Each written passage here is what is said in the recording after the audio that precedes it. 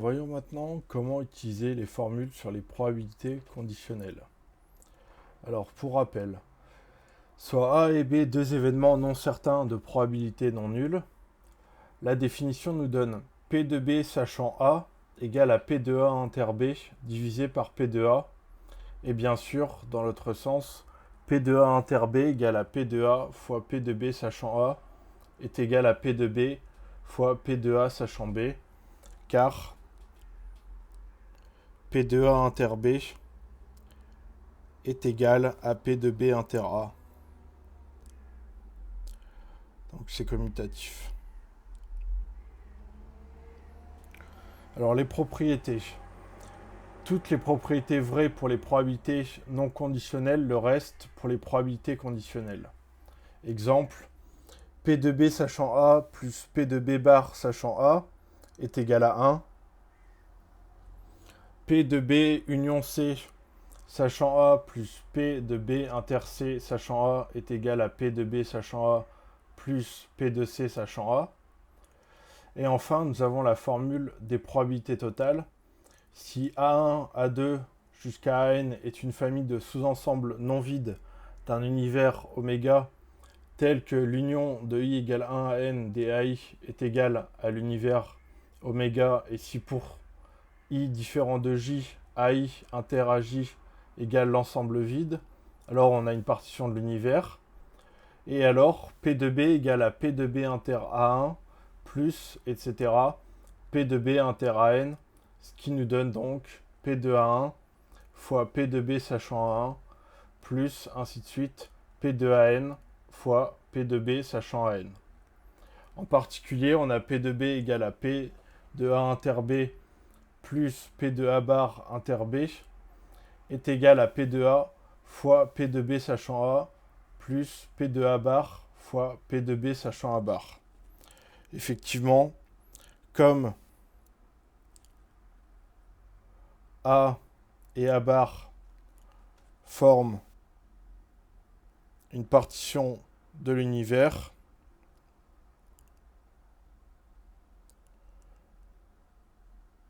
on peut appliquer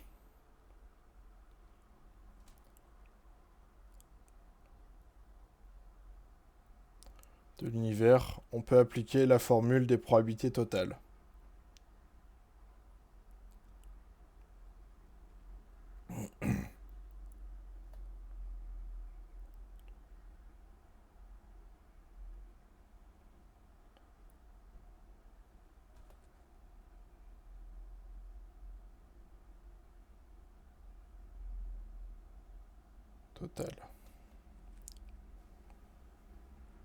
Et donc on a bien P de B égale à P de A inter B égale à P de A bar inter B. Voilà pour les rappels. Alors le principe, en général, les exercices de probabilité conditionnelle sont structurés de la façon suivante. Donc on vous demande de construire un arbre pondéré du style au suivant. Donc avec P de A1, P de B1 sachant A1. Et ici on a la probabilité P de A1 fois P de B1 sachant A1. On vous demande d'en déduire des probabilités.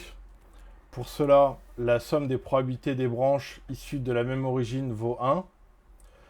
Les multiplications intuitives pour obtenir au bout des dernières branches les probabilités des intersections correspondent à l'application de la formule de la définition. Donc sur la figure, on a représenté P de A1 inter B1, donc qui valait donc P de A1 fois P de B1 sachant 1. Et la somme des probabilités d'intersection faisant intervenir B1 donne P de B1, ce qui correspond à l'application de la formule des probabilités totales. Et finalement, on vous demande d'en déduire une probabilité conditionnelle, sachant que B1 est connu. Si on vous demande par exemple P de A3 sachant B1, il faut appliquer la définition en écrivant P de A3 sachant B1 est égal à P de A3 inter B1 divisé par P de B1. P de B1 étant obtenu au 2 avec la formule des probabilités totales. Alors remarque, lorsque l'on ne peut pas affecter de probabilité à certaines branches en début d'exercice, il faut se laisser guider par l'énoncé qui propose inévitablement une démarche pour les obtenir. Alors voilà l'exercice. Donc on lance un dé cubique dont les faces sont numérotées de 1 à 6. Si le numéro obtenu est inférieur ou égal à 2, on tire une boule dans une urne A. Sinon, on tire une boule dans une urne B. L'urne A contient 2 boules rouges et 3 boules vertes. L'urne B contient 5 boules rouges et 2 boules vertes. On considère alors les événements suivants. A, tirer une boule dans l'urne A. B, tirer une boule dans l'urne B. C, sortir le numéro du dé inférieur ou égal à 2. R, tirer une boule rouge. Et V, tirer une boule verte. Alors, il faut construire un arbre pour illustrer la situation. Donc, on y va. Tout d'abord, on lance le dé, donc il y a deux possibilités. Soit on est inférieur ou égal à 2, donc on a C. La probabilité vaut 1 tiers, parce que c'est 2 sur 6. Donc on a 1 et 2 sur 6 faces. Et donc 2 tiers pour C bar, qui est un numéro obtenu supérieur strictement à 2. Ensuite, si on a choisi C, on a donc vert et rouge. Vert et rouge. Alors, donc on choisit l'urne A. C'est bien ce qui est noté, oui, l'urne A. Qui contient 2 boules rouges et 3 boules vertes. Donc, c'est-à-dire qu'on a 3 chances sur 3 boules vertes sur le nombre total de boules, donc sur 5. Et pour les boules rouges, on a 2 boules rouges sur 5. Pour ces barres, on a 2 boules vertes sur un total de 7 boules. Et pour les boules rouges, on a 5 boules rouges sur un total de 7 boules. Voilà. Alors, déterminer la probabilité de tirer une boule rouge. Donc, tirer une boule rouge. On va utiliser la formule des probabilités totales. Alors, ça c'était le petit 1. Le petit 2. Comme, c'est très important la rédaction, C et C bar forment une partition de l'univers.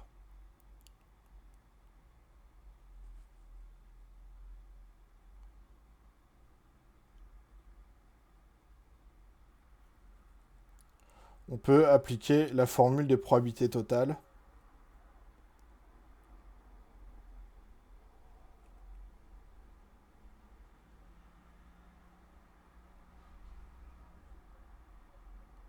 La formule des probabilités totales.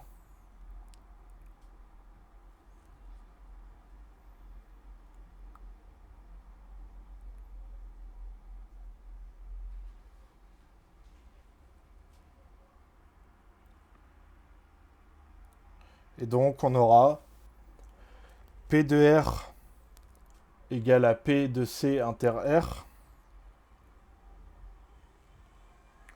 plus P de C bar inter R. Et on utilise les formules. Donc ça nous fait 1 tiers fois 2 cinquièmes.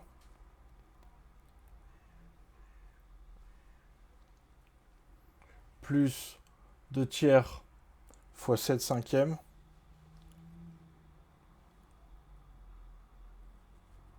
Ce qui nous donne 2 sur 15 plus 10 sur 21. Donc vous pouvez directement le taper à la calculatrice. Ça nous donne 64 sur 105.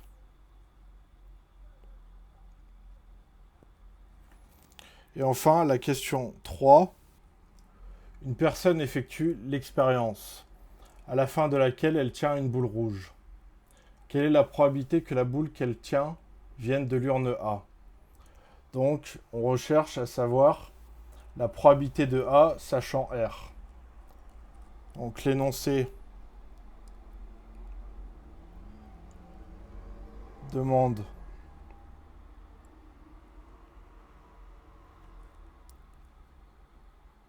probabilité de A sachant R. Alors, la probabilité de A sachant R, souvenez-vous, c'est lorsqu'on tombe sur C. Donc, sortir un numéro du dé inférieur ou égal à 2. Donc, c'est P de C sachant R, qui est égal à P de C inter R sur P de R. Ce qui nous fait 1 sur 3 fois 2 sur 5 divisé par 64 sur 105. Et là, la calculatrice, ça nous donne directement 7 sur 32. Alors voilà pour les exercices sur les probabilités conditionnelles. J'espère que vous avez bien compris. Et n'hésitez pas si vous avez des questions. Je serai là pour y répondre.